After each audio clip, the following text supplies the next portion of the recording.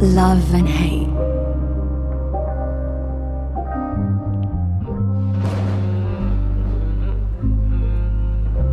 Love and hate.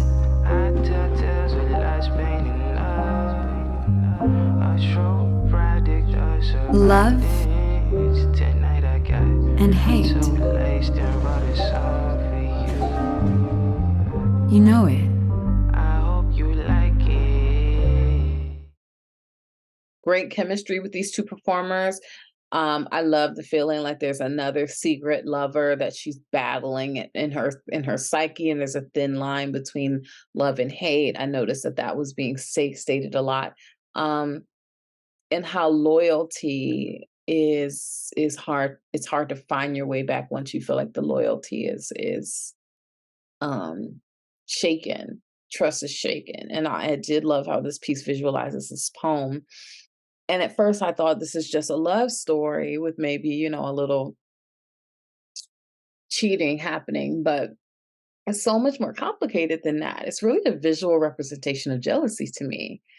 And it's such an interesting concept when you think of it like that, because jealousy can take over a relationship, and it can make you have to fight your way back to love. Because once jealousy and that lack of trust enters into the relationship, your own psyche can tear you away from your lover, or make you see them in a different light, or make you see things that aren't actually there.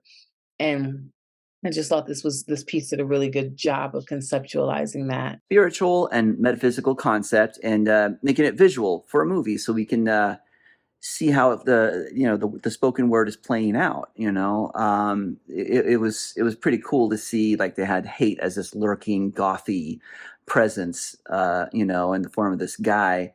And yeah, we had the two lovers, and without any dialogue, we know that things go badly, and then we see hate creeping in, and yeah, it has a good point to it. And yeah, there's no spoken dialogue other than the spoken word, which is all metaphorical. So the spoken word was written nicely and performed nicely.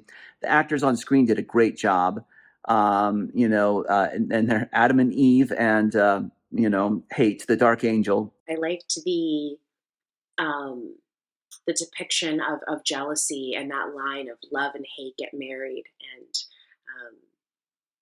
they have a baby of jealousy. It was said more eloquently than that. But yeah, this idea of a past love, kind of just a few steps behind, and having that jealousy monster, like even on her necklace was like this green-eyed monster, right, of jealousy. Yeah, so it was interesting, like symbolism. It was really creative. And then I liked at the credits that they were actually named Adam and Eve, so that kind of just added a whole other layer of meaning and symbolism as well. So I was immediately grasped by this idea that jealousy or hate, being this creeping and haunting, almost third lover in a relationship that kind of threatens to destroy the love or the relationship between these like two actors, or to folks in general. And I thought that was really interesting. I really liked that they were able to overcome this obstacle and overcome this idea of jealousy and the potential hatred that comes from that by choosing each other, and by choosing love and trust. And so this like imagined of what could have been if they had let the jealousy win, I think was I appreciated that juxtaposition, and that the folks chose. Interesting take on paranoia when you really love someone, and trust and cheating in a relationship, all of those things. And I just love how the narrator read the narration. It was great performance. And I love the love-hate part of it, how when you have one, you find the other, or the other follows. I like when they said, they get married and then they have a baby, or the newborn is jealousy.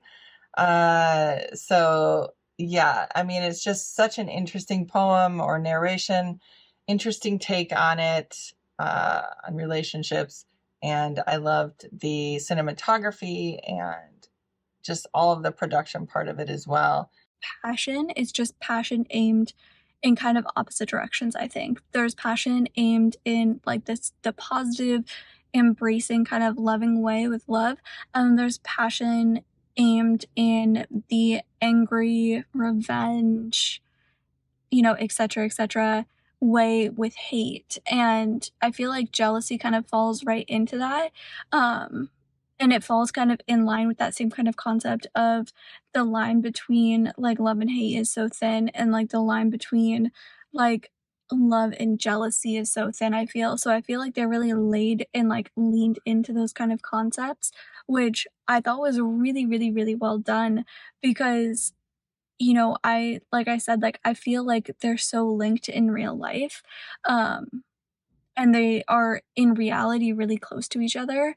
Uh, because again, like there's so much passion involved in those moments. And I really, really loved how they did that and how they, really incorporated that and kind of let it play out fully of like indulging that kind of, the kind of darker demons. I think that we all maybe have like snippets or, here and there from. First, I thought he was Eve's partner, that she was cheating on with Adam, but then we realize Adam is the one who is committing, might be the unloyal one, as we see with the lady on his phone that Eve finds out.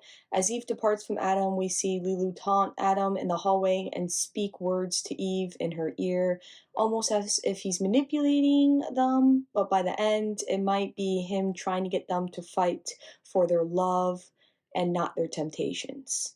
He bears a necklace with an eye on it, which is known to protect people from evil energy, as when Eve grabs and stares at it and her and Adam wake up in bed like it was all a dream. I don't think there was really any antagonist. The moral of the story is to not commit infidelity and give into temptations of lust and work it out with your partners.